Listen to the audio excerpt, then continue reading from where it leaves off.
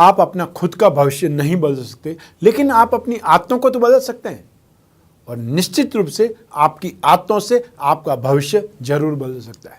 अगर आप उस इंसान की तलाश कर रहे हैं जो आपकी जिंदगी को बदल देगा, तो फिर आपको आईना देख लेना चाहिए। आप खुद ही वह इंसान है जो अपनी जिंदगी को बदल सकता है।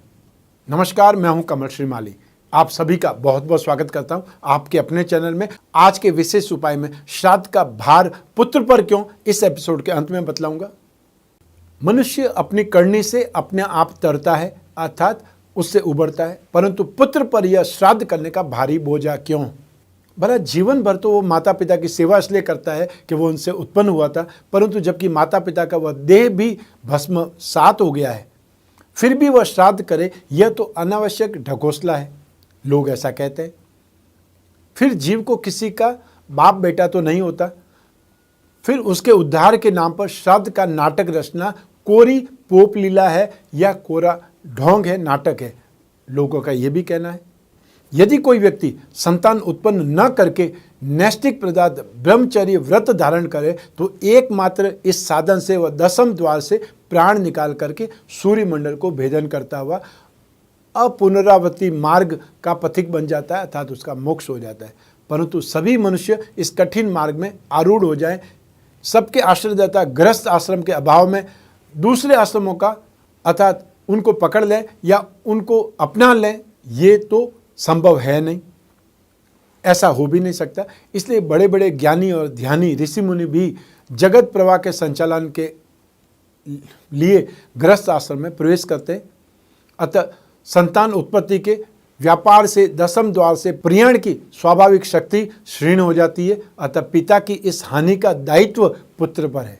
दाह कर्म के समय पुत्र पिता की कपालास्थि को, अतः जो कपाल होता है, उसको बांस से 3 बार स्पर्श करता हुआ अंत में फोड़ डालता है, तोड़ डालता है, जिसका अर्थ यही है कि पुत्र शमशानस्थ समस्त बांधवों के सामने संकेत करता है कि यदि पिताजी मुझसे पामर जंतु को उत्पन्न करने का प्रयास न करते तो ब्रह्मचर्य के बल से उनकी कपालास्थि स्वतः फूट करके इसी दसम द्वार से प्राण निकलते और वे मुक्त हो जाते, परंतु मेरे कारण उनकी योग्यता नष्ट हो गई। मैं 3 बार प्रतिज्ञा करता हूं कि इस कमी को मैं श्राद्ध आदि या वैदिक क्रियाओं के द्वारा पूरा करके पिताजी का अनवर्थ नरक से त्राण करने वाला पुत्र बनूंगा। वास्तव में शास्त्र में पुत्र की परिभाषा करते हुए पुत्रत्व का आधार श्राद्ध कर्म को ही प्रकट किया गया है। जैसे शास्त्रों में कहा गया है कि जीव तो वाक्य करणान मृता गहे भूरी भोजनात् गयायाम पिंड दाना च त्रिभी पुत्र से पुत्रता, अर्थात जीवित माता पिता आदि गुरुजनों की आज्ञा का पालन करने से व उनके मर जाने पर औधर्वदेहिक संस्कार पिंड पतल ब्रह्मभोज आदि कृत्य करने से तथा गया आदि तीर्थों में जाकर के पिंडदान करने से पुत्रता सिद्ध होती है।